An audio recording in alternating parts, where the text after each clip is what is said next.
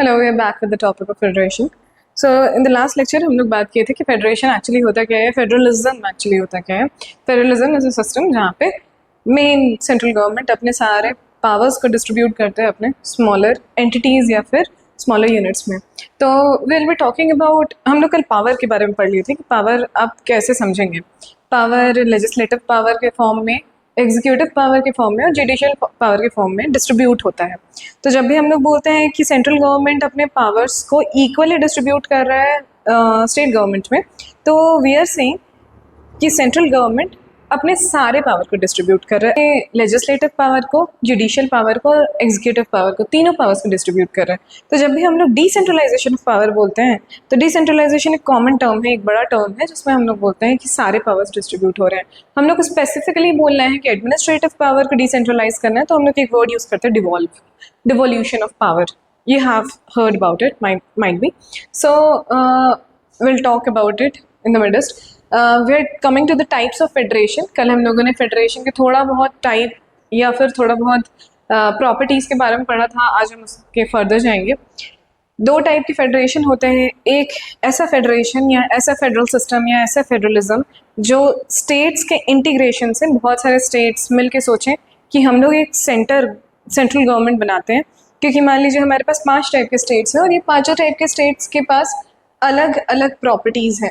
एक स्टेट के पास अच्छा मिलिट्री पावर है, एक स्टेट के पास अच्छा रिसोर्स है, एक स्टेट के पास अच्छा एजुकेशन है, एक स्टेट के पास अच्छा टेलीकम्युनिकेशन है और एक के पास अच्छा ट्रांसपोर्ट है. तो अच्छा ट्रांसपोर्ट वाला सोचेगा कि मेरे पास अच्छा मिलिट्री पावर आ जाए. ये करने के लिए ये पांचों स्टेट सोचेंगे कि हम लोग मिलके एक common big and very strong centre बनाते हैं. तो ये लोग 5 स्टेट्स इंटीग्रेट होते हैं और फिर डिसाइड करते हैं कि will make a common union, common strong federation. This is the federation made by integration. The example is US और अमेरिका. तो this is also called US model of federation. US में 51 स्टेट्स मिल के सोचे थे कि हम एक कॉमन सेंटर बनाएंगे और हम अपनी ऑटोनॉमी अपने पास रखेंगे, पर हमारा एक सेंट्रल गवर्नमेंट होना चाहिए सो दैट हमारा रिसोर्स डिस्ट्रीब्यूट हो पाए. So the basic property is many weaker state, मैंने वीकर को ब्रैकेट में इसलिए लिखा है यहाँ पे क्योंकि नॉट नेसेसरी कि सारे वीकर स्टेट हो. तो मैनी वीकर स्टेट और many states come together to form a bigger and stronger state और union. The example is America. Now coming to next point, it gives the militarily backward or weaker state more scope to become big or stronger. It fulfills the need or the gaps that is needed for the development of any state. तो हमने बोला कि एक state के पास military अच्छी थी, दूसरे state के पास ट्रांसपोर्ट अच्छा था, तो दोनों के बीच का जो गैप है, एक के पास मिलिट्री नहीं है, दूसरे के पास ट्रांसपोर्ट नहीं है, उसका गैप फुलफिल करने के लिए ये मॉडल इज़ वेरी गुड. तो federation bye integration, example America. ऐसे जगहों में या फिर ऐसे फेडरेशंस हमेशा स्टेट को स्ट्रॉन्गर रखते हैं क्योंकि स्टेट ने ही बोला था कि हम सेंटर बनाएंगे. दैट्स वाई हम बोलते हैं कि इनका जो स्टेट है वो इंडिस्ट्रक्टेबल होता है. स्टेट अपने आप को ख़त्म नहीं कर रहा है. ये पांचों यूनिट्स अपने आप ख़त्म करने नहीं बोल रहे हैं. ये लोग बोल रहे हैं कि हम मिल के एक नया यूनियन बना रहे हैं. तो ये स्टेट्स अपने आप में ऑटोनॉमस थे, अपने आप में इंडिस्ट्रक्टेबल थे. इंडिस्ट्रक्टेबल मतलब ख़त्म नहीं होने वाले थे. और ये पांचों मिलके एक और यूनियन बना रहे हैं, सेंट्रल गवर्नमेंट बना रहे हैं जो अपने आप में अगेन क्या है, इंडिस्ट्रक्टेबल है. तो these 5 indestructible units, indestructible states have formed an indestructible union. That's why we say that the integration federation और the federation made by integration is indestructible union of indestructible states. Now coming to the second part or the second type of federation, which is federation by disintegration. Disintegration से समझ में आ रहा है कि टूट रहा होगा कुछ. ऐसे मॉडल ऑफ फेडरेशन में हम बोलते हैं कि सेंट्रल गवर्नमेंट अपने सेंट्रल पावर्स को तोड़ तोड़ के स्टेट्स में भेजता है.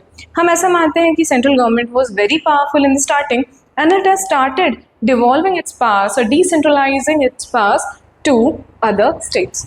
So I said a big unitary state decentralizes its central powers to the state. For example, Canada and India. India में the thought of India was much bigger than the thought of different states. तो हम देखें कि हमारे 28 states and 8 union territories बहुत बाद में बने, बहुत eventual process से बने, पर India was always there. So that's the thing. Canada और India में, क्योंकि ये कनाडा से स्टार्ट हुआ इसलिए हम लोग बोलते हैं it is a Canadian model. Further coming, इससे क्या प्रॉफिट हुआ? तो इससे ये प्रॉफिट हुआ कि it gives regional autonomy and promotes regional interest. तो रीजनल ऑटोनॉमी और regional interest, taking the case of India जहाँ पे डाइवर्सिटी बहुत ज़्यादा है, जहाँ पे अलग अलग रीजन्स के अलग अलग एस्पिरेशंस हैं, तो रीजनल एस्पिरेशंस को फुलफिल करने के लिए the gap that is created between different states due to the geographical location or the topographical or the cultural dissimilarities, इन सब चीज़ों को गैप को फुलफिल करने के लिए Federation of Disintegration will help out. So Federation of Disintegration or the federal type of government, federalism helps out. Again, the third point, it has stronger centralizing tendency. So we already say कि India is a federation with unitary biasness. Unitary biasness इसलिए बोलते हैं क्योंकि union हमेशा strong रहता है, centre हमेशा strong रहता है। कितना ही हम लोग बोलते हैं कि कॉन्स्टिट्यूशन में लिखा है कि इक्वल डिस्ट्रीब्यूशन ऑफ पावर है यूनियन और सेंटर के बीच में, but there is always a gap.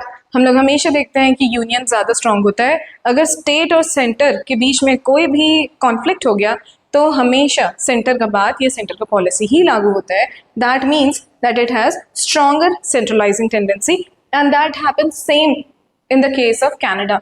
Actually हम लोग कैनेडा से ही थॉट को बोरो किए हैं। द फेडरेशन और the federalism, the thought of federalism or the model of federalism is actually Canadian, which has been taken in Indian Constitution.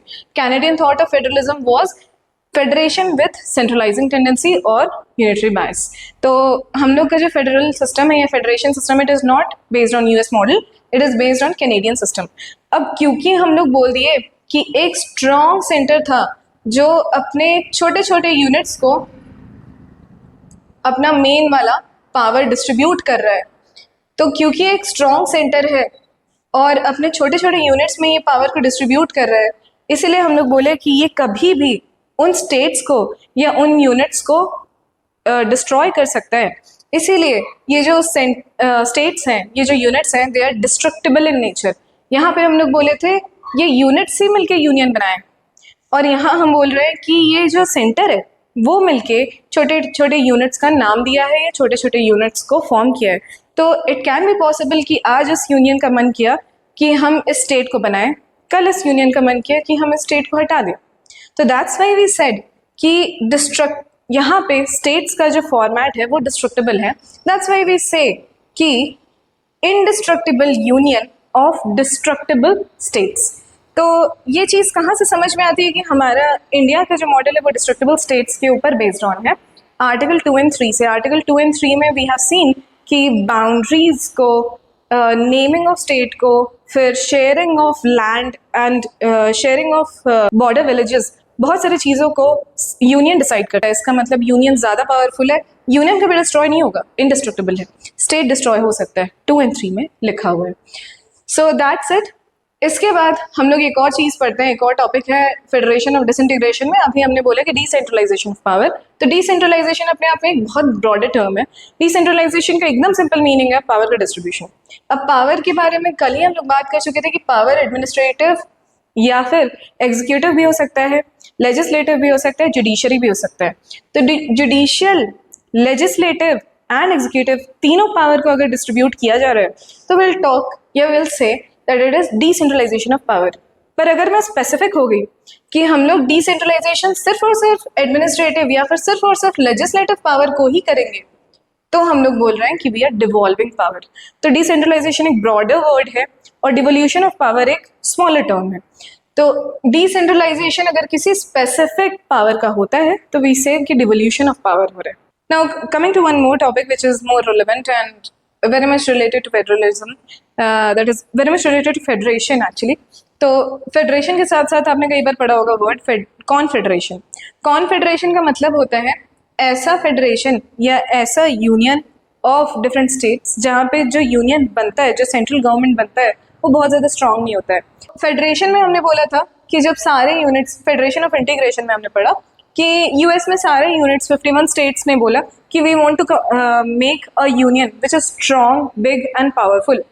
तो union strong, big and powerful बना, वहाँ पे वी सेड कि federation of integration हुआ। But अगर ये unions मिलके बोलते हैं कि हम एक यूनियन बनाते तो हैं पर इसको बिग और पावरफुल और स्ट्रांग नहीं बनाएंगे, इसको बिल्कुल वीक बनाएंगे, हमको जब मन करेगा हम अपना ऑटोनॉमी उठाएंगे और हट जाएंगे, तो ऐसे यूनियन को हम कॉन्फेडरेशन बोलते हैं। जब यूनियन स्ट्रांग होता है और स्टेट्स भी स्ट्रांग होते हैं, यूनिट्स भी स्ट्रांग होते हैं, यूनियन और यूनिट्स दोनों स्ट्रांग हैं, तो हम लोग बोलते हैं फेडरेशन है। और जब सिर्फ और सिर्फ सेंटर स्ट्रांग होता है, यूनिट्स एग्जिस्ट ही नहीं करते हैं, तो हम बोलते हैं यूनियन है या फिर यूनिटरी टाइप ऑफ गवर्नमेंट है। सो यूनियन या यूनिटरी टाइप ऑफ गवर्नमेंट से फेडरेशन, फेडरेशन से कॉन्फेडरेशन में आते आते सेंट्रलाइजेशन टेंडेंसी कम होता जाता है या फिर डिसेंट्रलाइजेशन ज़्यादा बढ़ता जाता है। So that's it for today. We'll continue with the properties of federation या federalism in the next lecture.